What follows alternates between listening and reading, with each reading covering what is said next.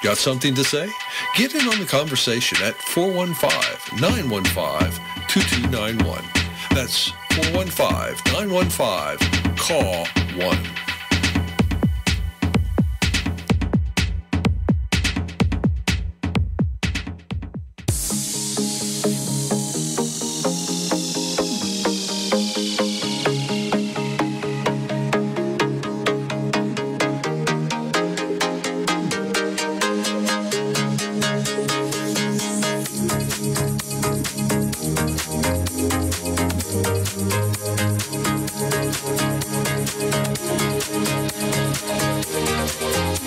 Welcome to Conspiracies Against Wellness with your host, Janelle Elgaway.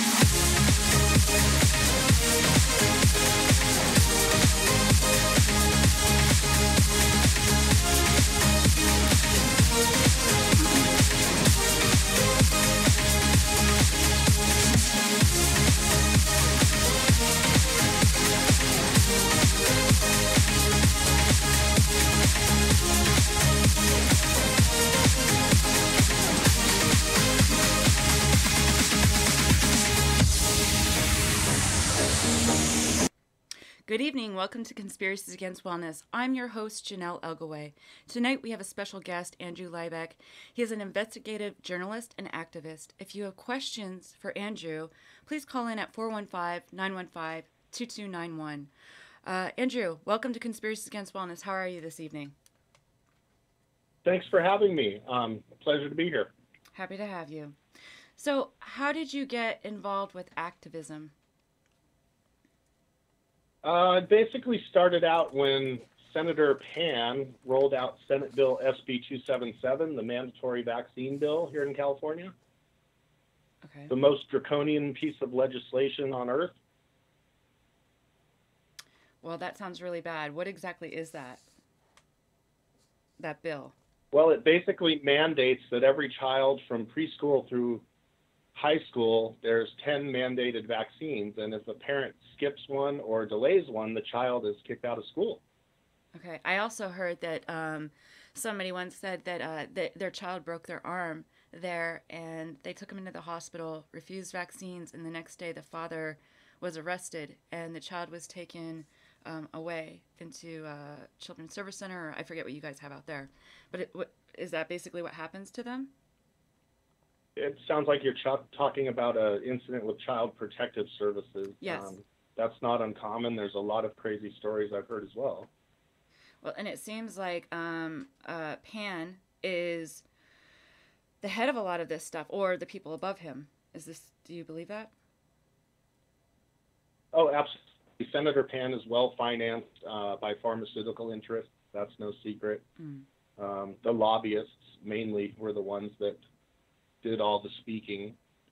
So sometimes Senator Pan couldn't even answer a question himself. He had to turn and defer to his lobbyists.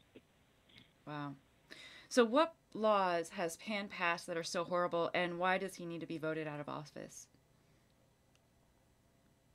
Well, I can't speak for other people, but personally, I don't want to live in North Korea or Venezuela. If I did, I'd move there. And when the government is mandating a medical procedure, that's not okay. So that's how bad it is right now there. It's bad. California is actually one of 3 states that have such draconian laws.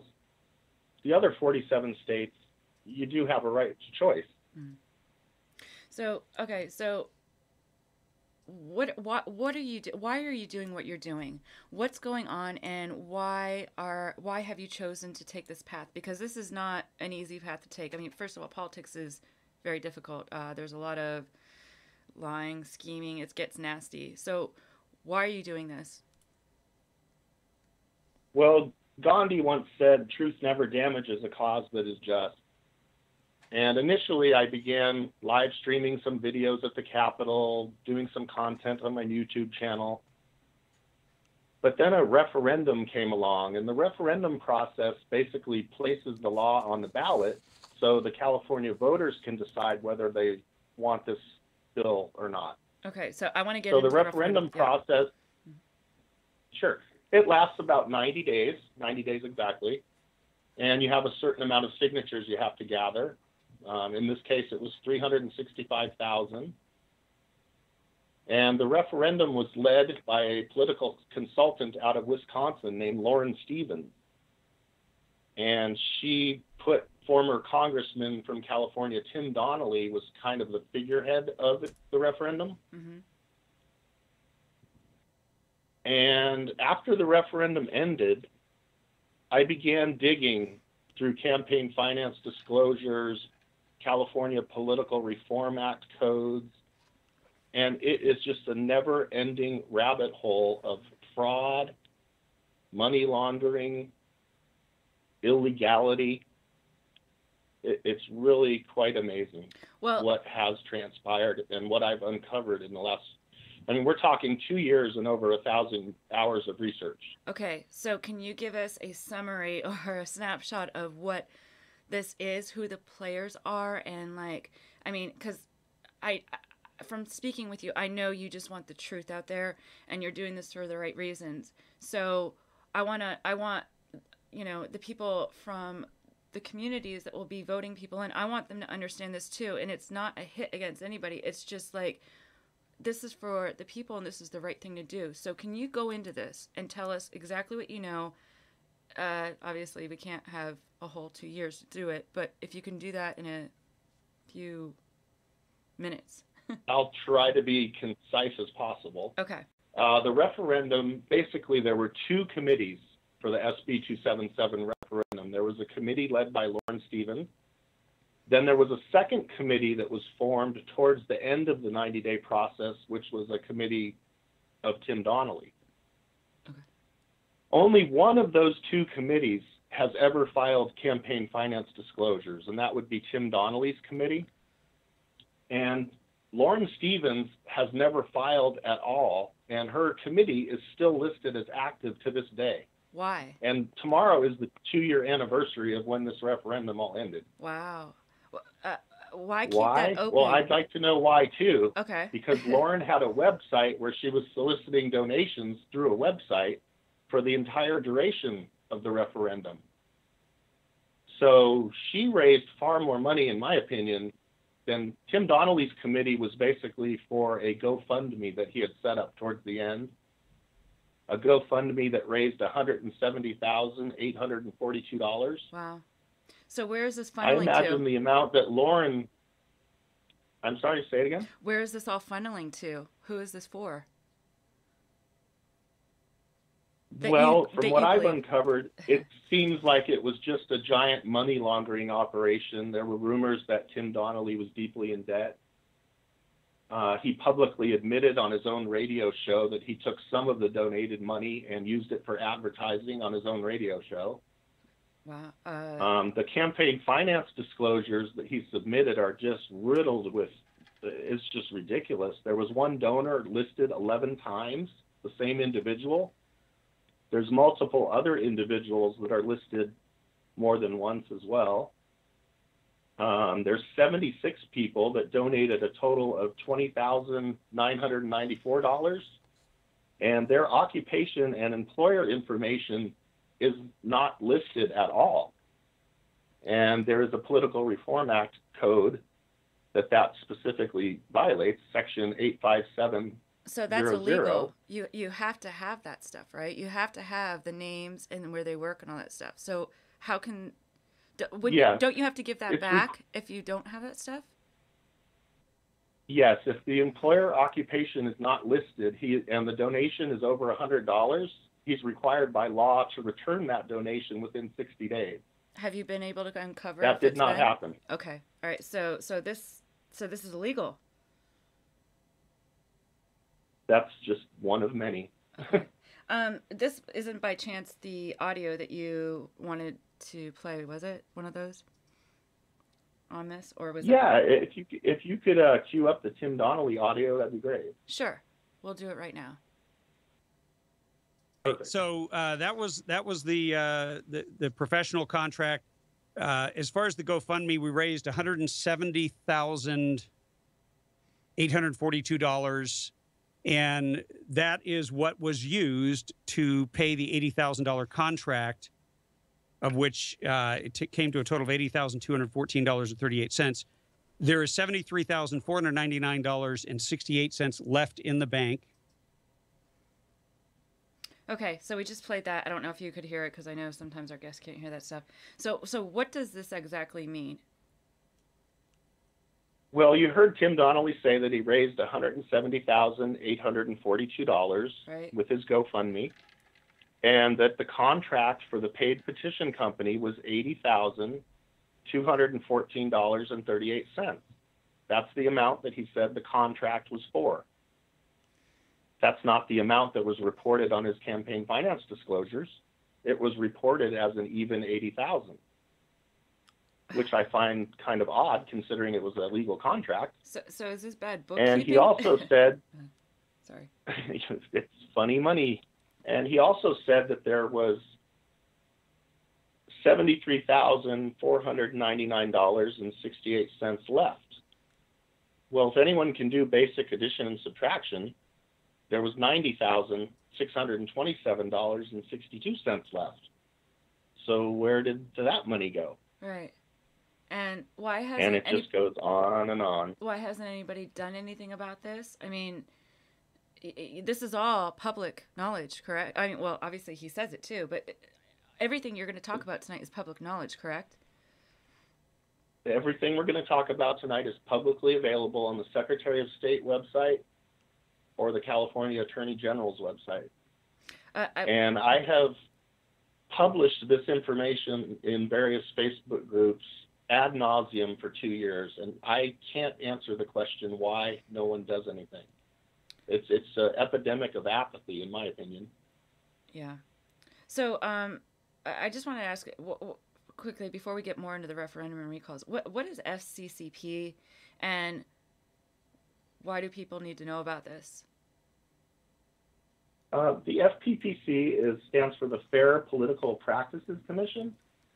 In 1974, California voters enacted the Political Reform Act, and basically the FPPC oversees the Political Reform Act, which is a 137-page document that lists all the various codes that politicians and lobbyists and political action committees, et cetera, have to abide by.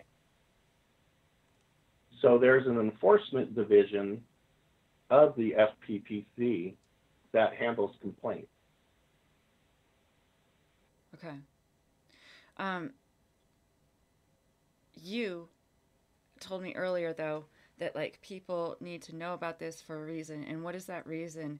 And why isn't anybody doing this? Like, what is it supposed to?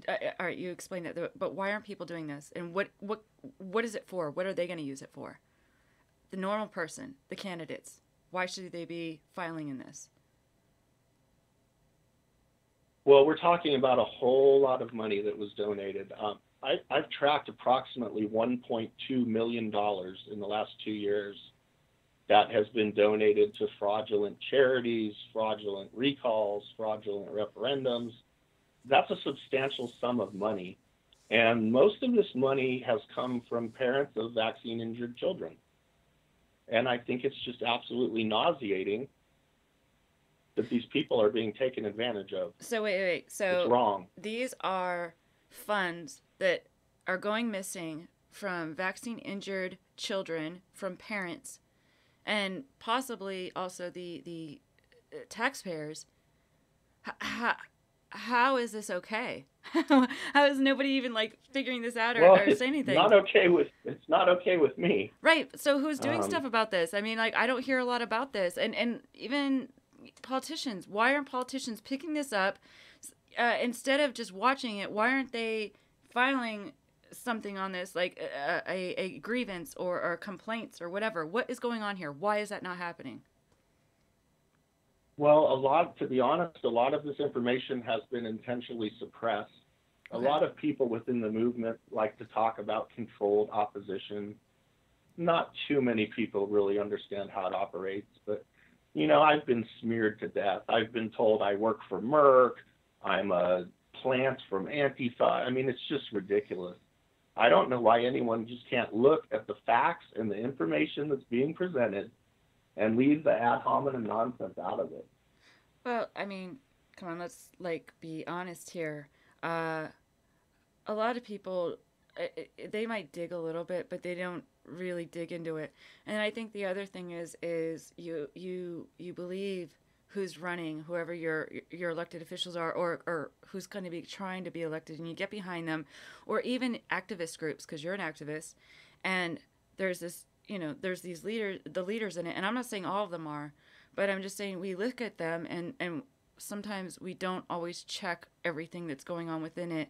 And if we get somebody that is actually corrupt higher up, which in politics that happens all the time. It happens in everything. It's I almost think it's human nature, but it's always happening where there, I feel like there's layers and layers of people within all of this stuff that I've learned from talking to politicians that's been on and you.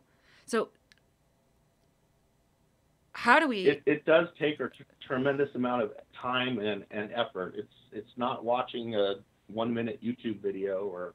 Right. It takes effort. You have to look at the disclosures. You have to read them. You have to identify what laws have been violated. It's not a walk in the park. I understand that. So who should be? Okay, so the common person, are they the ones that are supposed to be holding the candidates to what they should be doing, or is the candidate supposed to be looking into this and finding it out? Like, or is it all of us that need to be doing it? And not even in your district, but anywhere we live. Do we all need to be doing this? Like, what do you believe in that? In my opinion, yeah. I think everyone needs to become a little bit more active, a little bit more proactive, yeah. I should say. Okay. So, all right, we were talking about the referendum.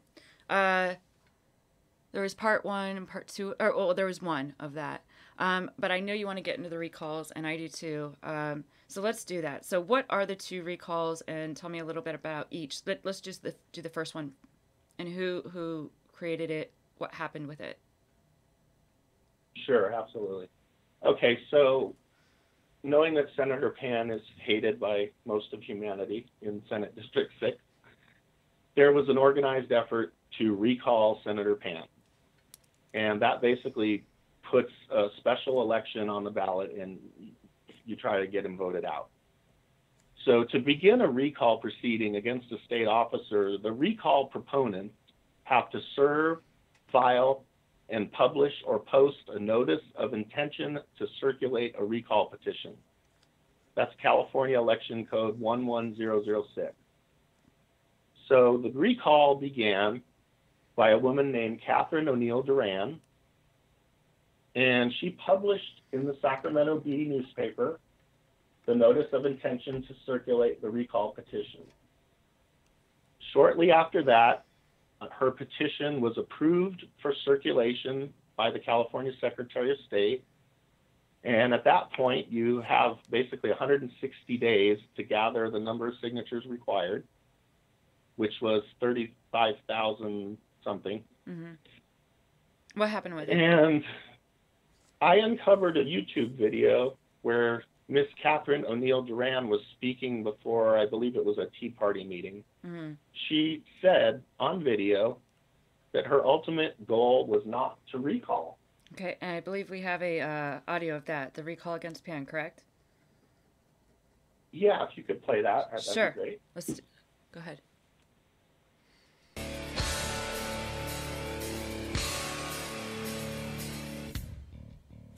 But I've had a lot of unfortunate challenges with the recall. But the bottom line is, and I think it's really important to say this too, is that it really didn't matter because my ultimate goal was not to recall. Again, we're talking about political processes, and these political processes, if they were to work, I just want to kind of poll everyone here tonight. We had a recall. We recalled Gray Davis. And we got Arnold Schwarzenegger. And so how is that working for us? Yeah. It really. Okay. Well, she doesn't like Arnold Schwarzenegger. Right. So explain exactly what she was talking about there. Yeah, so here's the problem. She said her ultimate goal was not to recall. you can't file a recall and then not do it. Well, why? California Election Code. Go ahead. I'm sorry. California Election Code 18002 says, every person charged with the performance of any duty under any law in this state relating to elections who willfully neglects or refuses to perform it, or who in his or her official capacity knowingly and fraudulently acts in contravention or violation of any of those laws is, unless a different punishment is prescribed by this code, punishable by a fine not exceeding $1,000 or by imprisonment pursuant to subsection H of section 1170 of the Penal Code for 16 months or 2 or 3 years, or by both that fine and imprisonment. All right. So what does that mean in layman terms?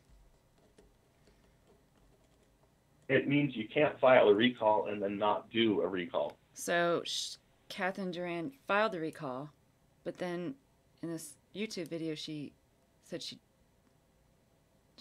didn't. She had no intention to recall. I don't even know what to say to that. Like, what do you think about that? So it's ridiculous on its face. But if we could get into the filing Sure. from the Secretary of State website. The Secretary of State website for Catherine O'Neill Duran's recall committee does not list any filing. But I did a Public Record Act request, and I was able to obtain one filing that she did do. And let me back up for a second. Section 84200 requires semi-annual statement. Mm-hmm. So for the period ending June 30th, you have a statement that's due by July 31st. And then for the period ending December 31st, which was the day her recall ended, right, your filing is due by January 31st. So the filing I was able to obtain covers the period ending June 30th. Well, that was basically just the very first 3 weeks of the 160-day recall. And where are you finding this? Like, I mean, like, this is public knowledge? I had to request this through the Secretary of State because Catherine did not file electronically. She filed in person. Mm-hmm. It wasn't posted on the website. So I had to request a copy. What happens when you file for a recall and then say you never meant to do it and you're not really doing it and you said it's illegal? What happened to her? Like, do you get in trouble for that? What? I don't understand. Well, nothing has happened yet because no one ever filed a complaint. Okay. And quite frankly, I got sick, tired of waiting and encouraging people to do that. Is that with the FPPC? On September 7th, I filed a complaint myself. Right. So the recall committee for Catherine is currently under investigation by the Fair Political Processes Commission. Okay, gotcha. All right. What about the second recall? I mean, how did that come about and why? If you already have a recall, well, although maybe that's why I don't know. Well, I'm not quite done with Catherine's 3-week filing. If we could. Lo siento, go for it. In the interest of truth and transparency. Yes, please. On page 3 of this filing that covers the 3-week period, there's an unpaid bill for $1,595.16. This unpaid bill was for the notice of intention to circulate the recall petition that was published in the newspaper. Now, I know for a fact that that bill was paid in full on June 4th. Okay. So if this filing covers the period ending June 30th, why is it reported as an unpaid bill? That's the first thing. All right. Then if you go on to the other pages and you see the donations that are listed, it's the same thing as the referendum committee. There are no employer occupations listed for any of the donors. Right. She only has 12 donors listed, and not one of them have their employer occupation listed. The donations that were reported for contributions received on this filing is $3,420. If you add up the 12 donations, they total $1,700. So how did we arrive at $3,420? So what is this? Is it These are the things that you uncover when you actually take the time to read the filing. Right. So where's the money going? Who are these people that are providing this? Are they fake profiles or what are these? And why is this even being done? Like, there has to be a point behind this. And do you have a conclusion or a thought on why? Well, I don't like to speculate. I'd rather deal in facts. Okay, please do. There were rumors that Catherine was spending the money in other ways than Right. through recalls. Right. I don't have any way of proving that. Okay. That's what the FPT investigators are going to do. What about from your knowledge that you've put together? I mean, like, say you didn't know about that part. Like, why would anybody do this when they're wanting to raise money or create recalls and stuff like that? What's somebody doing here? Because I have to imagine. Well, this the is going somewhere craziest else. thing about it Mhm. is the craziest thing about it is when a senator is under recall, they can set up a committee to oppose the recall, and the campaign limits set forth by law are waived, and he's able to accept unlimited donations. No way. So as a result of this recall, Senator Pan was able to raise $253,488. Well, maybe this is why. So was there a cap? A possibility. If there was no recall, was there a cap for it? That Pan? Typically, currently it's $4,400 an individual can donate per year. Back during the recall, it was $4,200.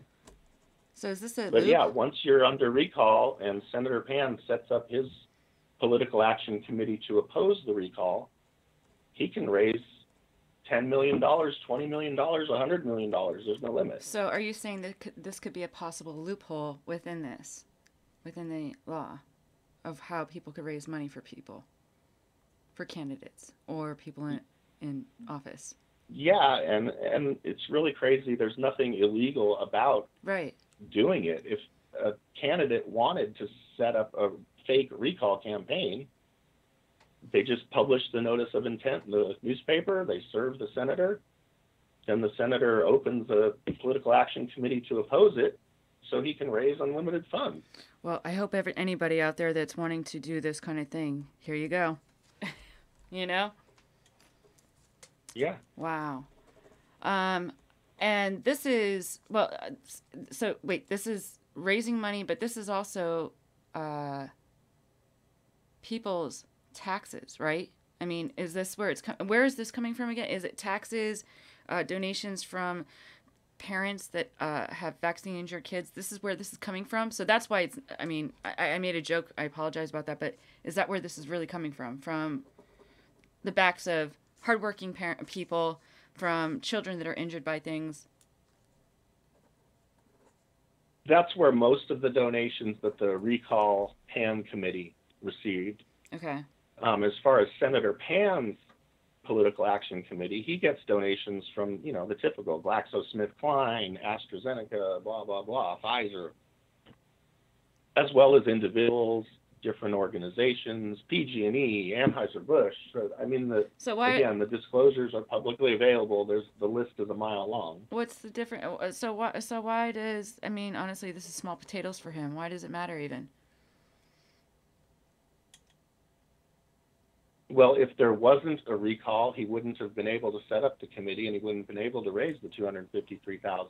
And maybe $253,000 is insignificant in the overall scheme of things, but it's $253,000 he wouldn't have. True, and it could go towards his reelection, right?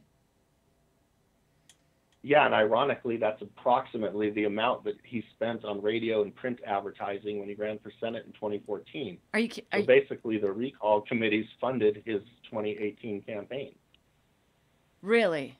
Okay, so the same amount that he pulled in through the referendum, right? Recall referendum. Recall. Okay, I get them mixed up. Recall. He used in his campaign in 2014. And was this around the same time, or was this new stuff? No. Okay. I'm saying the amount of money that Senator Pan spent in 2014 Yes. on radio and television ads Oh. was about the same amount that he raised through his recall committee. So this recall, since he knows the amounts, kind of, unless if it fluctuates because of whatever reason. Well, here's another interesting thing. Yep, please tell. Nobody knows the true amount because in California, behested payments are not, you don't have to report them. What? Why? So technically, we don't know how much money he raised. Just another loophole in the law that works to the benefit of the politician. Huh. Okay. He could have $1 trillion right now, for all we know. So, what's the purpose of you, like, really, really finding this stuff out? Like, why do you care so much? Because it's wrong. The laws are written for a reason. It's our recourse. Okay. And what I can't wrap my head around is so many people oppose Senator Pan, and I've done nothing but provide real solutions to getting him. So I have a question for you, because like I'm running into this as I'm, talking to other politicians and stuff. I'm seeing that, like, and it's not just even politicians. It's the activist groups and stuff like that. People are fighting within their own activist groups, like, because they have sub-levels of stuff. Why? I don't understand this. Like, I don't understand, like, why can't you be against SB 277, but you have to be an abolitionist? I don't understand. Like, if you're not the one, then they're going to hate you and then, like, put a ton of terrible things about you on social media. Or even like you're trying to bring the truth out. And I mean, I've looked at your stuff and it's way over my head, but I've looked at a lot of the stuff that you've said. It's all there publicly. So I know it's the truth. It's in the law. It's in papers. It's in wherever else. What is going on? Why are we all doing this within the activist group thing? Because don't we really want the truth? Don't we really want what's best for all of us? Don't we want people that are not there for the right reasons within that we elected or are going to elect? Don't we want to know why they're there? And don't we have a right to know this? And then when they take our money to use it on campaign stuff, possibly, or whatever they want to use it, or people within it, house payments. I don't know what they're using on. I'm just making it up here a little bit, but why is this going on? Why aren't we coming together? I'm mad about this. I know you want to stay on the facts. I'm just kind of upset. Well, to be honest with you, the division is intentional. Anyone who doesn't think that pharma has infiltrated the movement is just naive. Some people that are looked up to as wonderful leaders, they're playing a role. They're actors. And unfortunately, a lot of people can't see through it. And some of it is really so elementary and easy to see through if you just look. Yeah. Well, I asked even last night to Janine DeRoss about if Pan did anything illegal, or if by running or doing what he's doing, there's a conflict of interest. And she said, absolutely. What do you have to say about that? Well, I listened to the show last night, and Janine specifically answered that question by saying, I know it. He absolutely does. That's just a fact.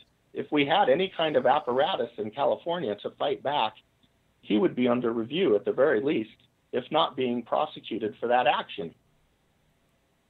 Well, the Political Reform Act is sitting right there, and no one does anything.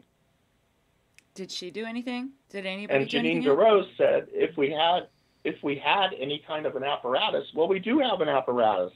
It's called the Political Reform Act. Okay, so why isn't anybody... Section 87100 of the Political Reform Act, in my opinion, is the key to repealing SB 277. It says no public official at any state or local government shall make, participate in making, or in any way attempt to use his official position to influence a governmental decision in which he knows or has reason to know he has a financial interest. So Senator Pan is a practicing physician at WellSpace Health. He's certainly benefiting from vaccinating more patients, right? Right. And then you put mandatory vaccine laws into the state. So this is going into his pocket. I mean, if he wanted to make that reach, but the thing is it's not even a reach. That's fact. So why That's can't he be law. impeached or recalled or whatever? And so what is it? It's just people aren't doing it? In my opinion, yes. It's an epidemic of apathy, lack of knowledge. And like I said, it does take time and effort to find these things, but Okay. there's multiple attorneys within the movement in California. Why are none of them acting on this? Right. Why isn't any of the candidates doing it? Why isn't the activists or whatever? Because we could all do this, right? Each person from that community or the district, you can file this. Can you do it outside of the district or no? It just has to be there. No, anyone can do it. Okay, so in North Carolina, I can file for this. Yeah, sure. Okay. Well, I know we have it up on our website, so we could do that. If anybody really wants to file, you could go on our website, and under Andrew Liebach's name, you can definitely click in there and file for that. Andrew, we're going to take a quick break, but we'll be right back. Okay? Sure.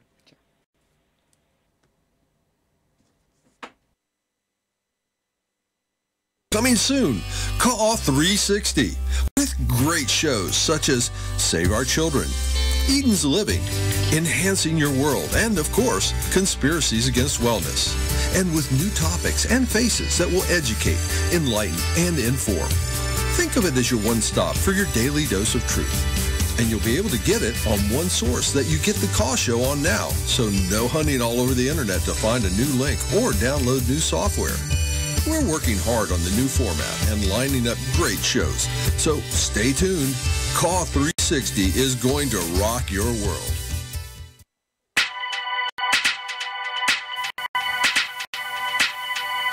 Got something to say? Get in on the conversation at 415-915-2291. That's 415-915-CALL-1.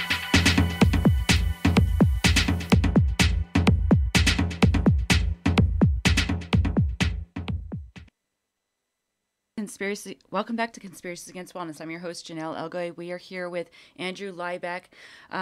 Andrew, so we were just talking about the recall number 1. Do you have anything else to say about that before we go into part 2 of it? No, let's dive right into part 2. Okay, let's There's go. a lot more to talk about there. Yeah, so what is it? Let's go.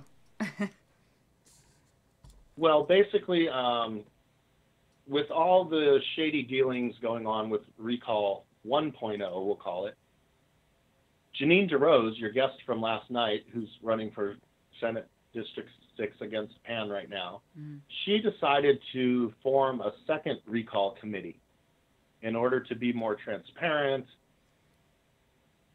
And there's a lot of things wrong with her filings and that whole charade as well. First of all, remember, Senator Pan can raise unlimited contributions. So when Catherine's committee ended after 160 days on December 31st, they started a second recall. So 160 days started all over again. So Senator Pan was able to continue raising unlimited funds. Now remember, when you file to begin a recall, you have to serve the recall on the senator. You have to file and publish in the newspaper. So 3 questions I have for Janine DeRose.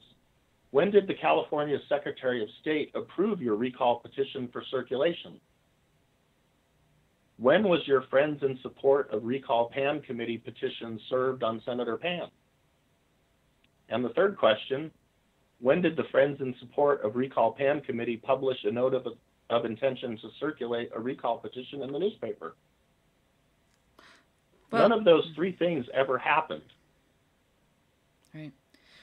You know, and I remember the first part of the show, like I was asking kind of that, the second part, you know, because I wanted to know what happened to this. So why isn't Pan out? Why isn't anything done or whatever? And didn't she say that it actually failed or failed miserably or something like that? Or was that the other thing? Catherine's committee never submitted one signature. they submitted 0 signatures at the end of their recall. Janine's committee also submitted 0 signatures. Janine's committee raised $0, yet her committee remained open on the Secretary of State website for 2.5 years. So what's the purpose of that? Why would you start a committee when there's one already open, and then that work was kind of laid down, then another one you start, nothing ever happened with it? Like, it never happened? Like, what's the purpose? Isn't that kind of a waste? It would appear to be complete incompetence, in my opinion. Is there any... One of the committee members claimed they were contacting the Fair Political Practices Commission to find out how to terminate their committee, because you cannot terminate a committee when you still have funds. It has to have a 0 balance. But she didn't make anything, though, right? So, well, there's the funny thing. The first filing with Janine's committee covered the period January 1st, 2015 through December 31st, 2015, an entire year. Now remember, these filings are semi-annual. Her committee should have 2 filings, yet it has 5. 2 of the 5 filings were filed late, and there's a code that's a $10 a day fine for every day you're late. But that filing that covered the entire year period, remember the unpaid balance for the Sacramento Bee ad from Catherine's recall? Right. That unpaid balance is not listed on Janine's filing that covered the entire year period. Nobody's filing between either committee ever shows that newspaper ad was paid. So, yet it was on June 4th.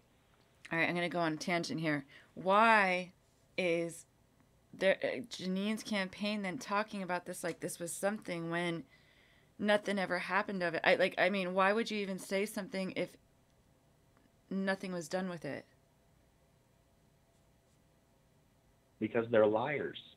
No, but what will it do for them by saying what? So people don't look up. So maybe it just sounds good. I don't understand. Like, why would you even talk about that as something, which it just doesn't make sense to me. And I'm sure, because you did all the research, you know this stuff. So like okay, so what's the purpose of doing all this stuff, and then nothing happens with it? What is the purpose of that? What are the possible purposes? Like, what are you going to do with it all? That's the $1 million question. But here's another tangent for you. Janine's recall committee that remained open for 2.5 years, claiming they did not know how to terminate their committee. Janine DeRose ran for an assembly seat in 2016, and she opened and closed a committee start to finish 4 months. When you close a committee, you file a Form 410. So she knew. And you close your committee. She had funds left in the committee, which were donated by her boss, the man who funded Gary Force Vaccinate Johnson's presidential campaign. That's a whole nother story. By the way, we do have an audio of that, so remind me when you want to listen to it. Okay. So she refunded a portion of that donation, filed her Form 410, and terminated her committee. So when they say they don't know how to terminate a committee, that's absurd. Okay, so they did know how to do it, but then they just left it open. I mean, maybe they forgot, right? No, they didn't forget. One of their committee members claimed they were calling the FPPC to try to find out how to close the committee. They claimed they didn't know. Right, but they did. And this is the same treasurer that filed Janine's assembly campaign finance disclosures. Okay, but there has to be a reason why you'd lie about that, or say you didn't know when you did know when you've done it before.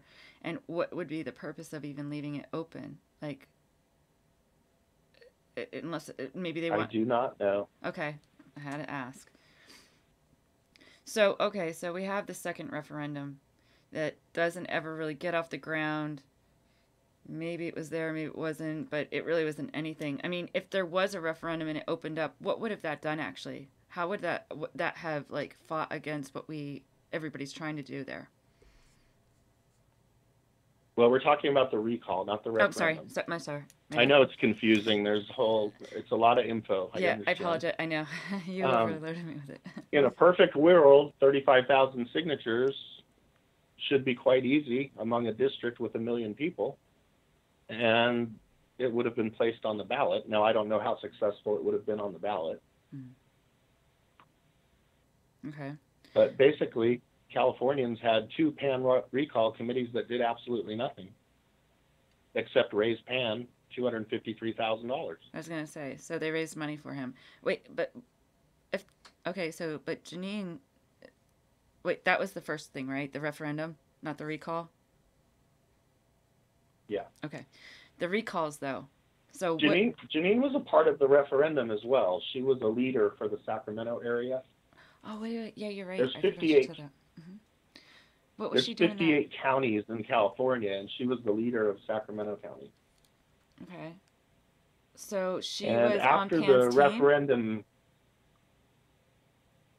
no, she was working the referendum with Lauren Stevens and Tim Donnelly. Mm-hmm. That was She was an area leader for Sacramento. Okay. And after the referendum ended, and I began doing my investigations, and I met with Janine once for lunch. I was gonna say, weren't you in 3 weeks. that whole group? Or what part of you? Yeah. What did you do with that? I actually gathered more signatures for the referendum than any other individual in the entire state, and more signatures than 35 of the 58 counties. So naturally, I was a little upset with the outcome. Well, because I knew some things. But you worked with these people. What made you leave? Like, why did you back out, or what happened there? I never left. I just got shunned by all of humanity for telling the truth. And they're not telling the truth? And asking people to read these disclosures and look at the laws that have been violated. So so you guys had obviously have an argument or just major disagreement, and no, actually, Janine and I had a nice meeting for lunch. We compared notes, and 3 weeks after the referendum ended, Janine ceased communicating with me. I wished her luck on her second recall campaign, and that was the last I ever spoke to Janine DeRose. Now, Janine recently on Senate candidate Austin Bennett's website said that she came out publicly about what happened in both the recall and the referendum. Well, that's news to me. I don't see any complaint filed. I don't see any lawsuit. And I certainly never heard anything publicly stated about what happened by anyone other than myself. We have a question. Does Andrew think the recall movements were infiltrated by PAN operatives? If you're asking my opinion, yes. I don't have evidence of that. But that is my opinion, yes. Okay. Where do we go from here? I mean, like, what are you trying to do with all this? I mean, this is a lot of information. It's very heavy. It's very in-depth. Obviously, people aren't even looking into it. Like, I want to know, can you, I mean, if you don't mind, you're on. It's your opinions right now. Or the truth. And I know you've given a lot of truths here, but I want to know what you think, why all this is happening. I don't understand it. Maybe I'm naive, but, like, I don't want to think people are like this. What is going on? What's going on? Like so we had Janine DeRose on from the Libertarian Party. We had Austin Bennett on from the Republican or running on. And then, there's Pan in there. I know there's a few others that are possibly coming up that are going to be running.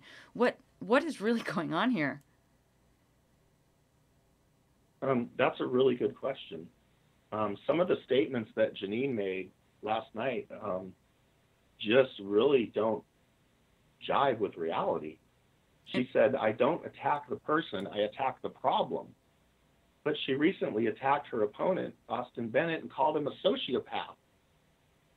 And her campaign manager has been running around perpetuating a myth that Austin Bennett is a carpetbagger, meaning he doesn't live in his district, but the man has lived in the same home for 21 years.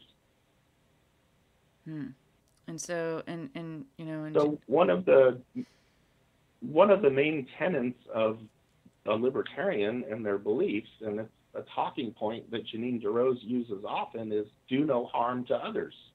Right. Well, she's called Austin Bennett a sociopath. She's perpetuated the carpetbagger myth. She's posted publicly that I work for pharma or I'm being paid by someone. Andrew Liebich has never been paid a dime by anybody. Okay, so are you In a fact, threat? I've gone about $5,000 in the hole with the research I've done. Yeah. Well, when you have a passion, you know that's what you do. I'm doing the same here. So what's the purpose of doing that to you? I mean, like, do you have? I mean, you said a lot tonight, and I've actually looked up what you've said, besides when you're giving your own personal opinion or if I'm pushing you on a thought. But all this stuff is actually online. You can find on government sites. You can find newspapers and stuff like that. So, what's your purpose of doing this? Like, why? What are you wanting out of this? Like, what? I'm not saying you personally. What are you wanting to see for the people that you're really trying to help here? I would like the health freedom movement to hold their leaders accountable. Yeah. And okay, so we have Pannon. We need to hold him accountable. Do you think we need to hold the people trying to deceive him accountable? Everybody needs to be held accountable. You mentioned earlier about the Libertarian Party, and I want to know your thoughts on that, because obviously Gary Johnson was running for president. Yeah, could you play that clip that I sent you with Gary Johnson? We sure can. Give us one moment here. Although he has zero chance of winning, Libertarian candidate Gary Johnson could take enough votes away from Trump in key states to ensure a Hillary Clinton victory. Now, that wouldn't be an issue for me if Johnson were a principled Libertarian candidate. But he isn't. He's a total fraud and a complete idiot. Gary Johnson, the so-called small government libertarian, wants to give the government the power to forcibly inject your children at gunpoint if necessary. That's not libertarian. You see, there's something called the non-aggression principle, Gary. Don't know if you've heard of it. What? Yeah, it's basically What? to me. And that's not libertarian. As governor of New Mexico, Johnson, the so-called fiscal libertarian, inherited a debt of $1.8 billion and left a debt of $4.6 billion. That's not libertarian. Gary Johnson isn't a libertarian. He's a social justice warrior posing as a libertarian. So, all right, so we just listened. So, all that a libertarian stands for doesn't sound like Gary Johnson is that. And I mean, I even asked Janine DeRose last night, what do you think about the whole thing with mandatory vaccines? And he supported that, and she didn't like that. She said it was wrong.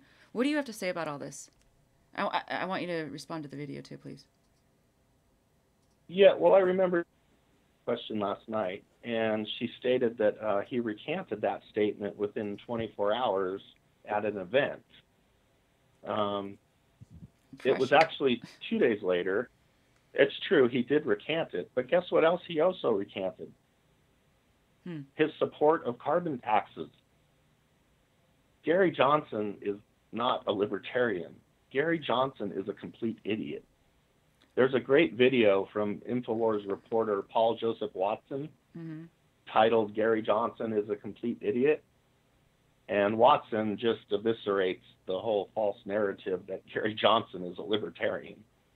One of the main tenets of the Libertarian Party is believing that government's only responsibility, if any, should be protecting people from force and fraud.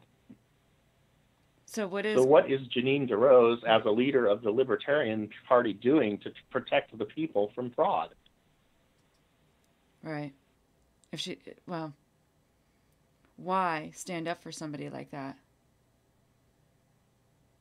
It goes against what she's saying. So why would she do that? Well, there's a reason. There's a reason she supports Gary Johnson other than just being a libertarian. Well, please. Janine DeRose's boss, Chris Ruffer, funded Gary Johnson's presidential campaign, over $1 million in donations. Oh, wow. It's also a reason she never did anything to, in my opinion, to investigate the referendum committee. Chris Ruffer was Tim Donnelly's, and Chris Ruffer and his wife were Tim Donnelly's 5th and 6th largest campaign donors. They've given Tim Donnelly $46,000 over the years. So this is kind of all a big circle here, from what I'm seeing. Politics. Politics. Politics is a nasty business. That's why I got out of it. Wow, that's very interesting. Andrew, what else did you want to hit on tonight? Because I know, honestly, you overwhelmed me from all the information you gave me, and I was trying to get up on it, but I was just like, you know what? I just have to ask you questions, and that's what I really, really need to do, because I feel like because I don't know a lot of it, or I've heard some of it, I could at least ask questions that everybody else would probably be thinking if they're not involved in this. And honestly, that's who's going to be voting for everybody else. We're not involved with the politics or the politicians. We see what we see on the radio or on the news or whatever, but that doesn't mean we necessarily trust them. And that's why, I'm doing my show, because I want to get on people that normally won't make it on social media, or mainstream media, or for you even, social media, nobody picks it up. But I know you've done your work. I've looked at it. It's amazing stuff. So what else do we need to know? Well, I understand it's a whole lot of information. You can't condense 1,000 hours of research into an hour-long broadcast. No. There is an option for the voters in Senate District 6, and his name is Austin Bennett. He is a man of integrity, honesty, and you can visit his website at bennettforsenate.org. That's BENNETT, numeral 4, senate.org. Okay, sounds good. I'd like to see that man in office. Well, and I'd like to see Pan hit the road. Yeah, I agree with you on that. Well, I'm personal friends with Austin, but on my show I try to be unbiased and not say much, but I will say this, but I agree. Austin hasn't been involved with politics for a very long time, but I know he's a true man. He is honest, and he really wants the best for everybody, and that's what is important. And there's nothing in his track record that has shown me any different. So, well, Andrew, thank you. And he's absolutely not a carpetbagger. No, and I didn't know what that. Ridiculous. I remember when he came on and he said carpetbagger, and I didn't know what that meant, so I felt really bad about that. But yeah. And again, there's public documents you can look up. They're called real estate transactions, people. Look it up. If you don't believe me, look it up. Well, and if anybody has questions or comments for you, please let me know. I will pass it on to Andrew, because he can point you into the direction of where you need to look. I know we put up on our website a few websites or links to what you were talking about tonight with the FPPC, and we could get anybody else anything else they want to learn about. Andrew, thank you so much for coming on and sharing your knowledge. I know it's a lot to put together in 1 hour. I do want to plug here a little bit for you, but you are going to be having a show on our network, Caw 360 Network. It's going to be called Wake Sheep, and we're really excited to have you on, a part of that. I think, I don't really cover politics a lot, but I'm excited to have you on to be a part of that and go into this much more, because I know each thing you mentioned tonight, you could go into for hours, probably for each thing. Yes, and I sincerely appreciate the platform. Yeah. We will get the truth out one way or another. That's all that matters. We are truthers. I think, I know you, well, let's talk about this for a second here, because we do have some time.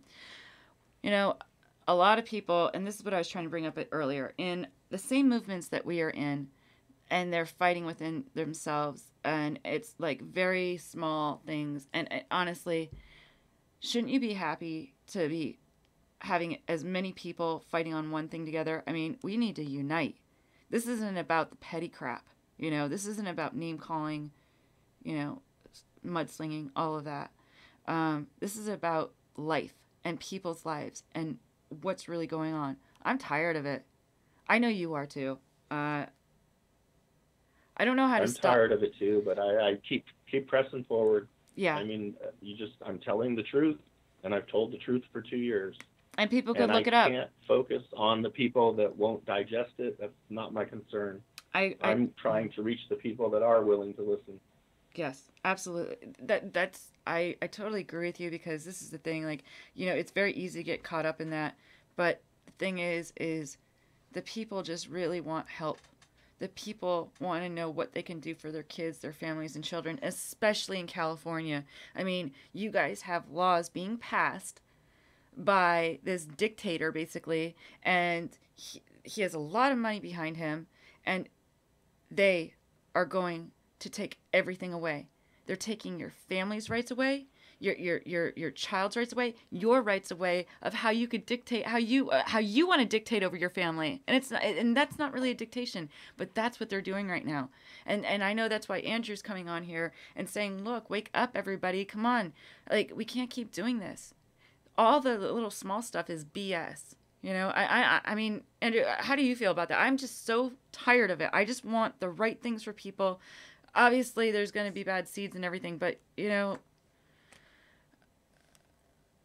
there's 38 million Californians, and when a couple hundred people show up at the Capitol to protest or speak out against the Senate Bill 277, that's wonderful. But with 38 million people in the state, there's a whole lot of people that don't know what's going on, or they're just not awake, because there should be tens of thousands of people storming that Capitol building. You're right. Look at what happened in Italy. There was like tens of thousands that were trying to talk up about not having mandatory vaccines, and they passed it anyway. And I believe California was the opening to that. So it's important, even if you don't live in California or in District 6 or, well, California has it all, but anywhere else, because I know in other parts of the United States, they're trying to pass this right now. They're trying to pass it in other countries. So I think California is kind of like almost the mandate of what will be, or the precursor of what will happen, which is why we all need to pay attention and we all need to help out. And we can even write in and say, look, we don't want this, right? You said to the FPPC, anybody from the United States, you could do it outside of the country? Because I know a few people asked me that, actually. Somebody from Canada did, and somebody from Australia. They wanted to know if they can have a say in it, even they don't live in the United States. Absolutely. The more complaints, the better. Really? Okay, great. Well, now you hear it. I know you guys are listening tonight. So that's important. So we need to do all this. We need to all come together. And, Andrew, thank you so much for coming on tonight. Did you want to say anything before we get off here? But I really appreciate you coming on and spreading knowledge, spreading actual facts, not just opinions. Well, I appreciate the platform, Janelle. If I could just say a quick word Sure. to all the activists out there. If you're doing good work, don't stop. Despite the fact that we've been deceived, press on and keep working. No matter what others say or how much they discourage you, keep going. Yeah. Same here. I feel the same exact way. That's why I created what I'm doing, because I can't sit by idly any longer and deal with what I've seen within the health movements and with the CDC, FDA, pharma, corporations, big money, all of that. I'm tired of it. I mean, I've been dealing with it on my own for 23 years. I've been dealing with my own health issues and stuff like that, and I see it, and this is why I'm creating this. And this is why I'm so excited to get people on like Andrew and other people, and then that's why I'm excited to come out with Call 360 Network. So, well, Andrew Liebich, thank you so much for coming on tonight. If we get any comments or questions, we will pass them along to you. And again, just thank you. Appreciate it. Likewise, I appreciate it, Janelle. Good night. Have a good night. All right, Con Nation. Well, thank you so much for tuning in tonight.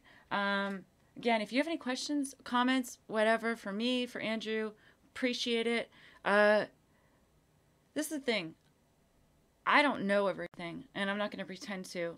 And I'm trying to create a platform so guests could come on to talk about what they know and their truths or what they have experienced. I am really trying not to put my opinion in this. Now, I might do that on social media in other places, but for this show, this is for me to try to get everybody on from different opinions. And if I didn't get them on immediately, I will. I'm going to follow up on everything, like the circumcision thing. I do have another side for that. So just so you know, I will be trying to do that. I'm very new in this, 3.5 months in, but I just want you to know that I'm here for the right reasons. I know you guys are too, and I really appreciate all of you for making this what you have, because I couldn't do this without you, and I'm just so surprised that we have the amount of people listening in. So thank you so much. Well, I hope you have a great night, and we will see you soon.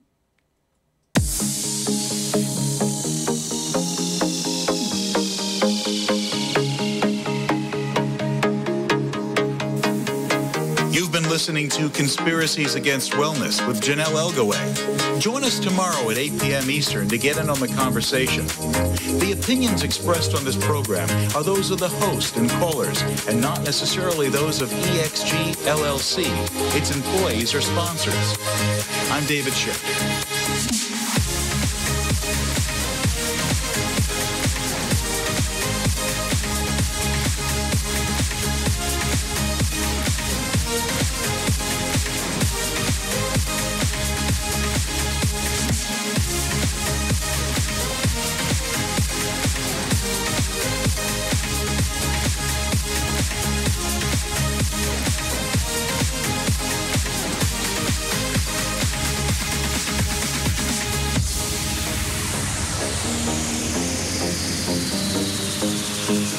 Copyright 2017 by EXG LLC. All rights reserved.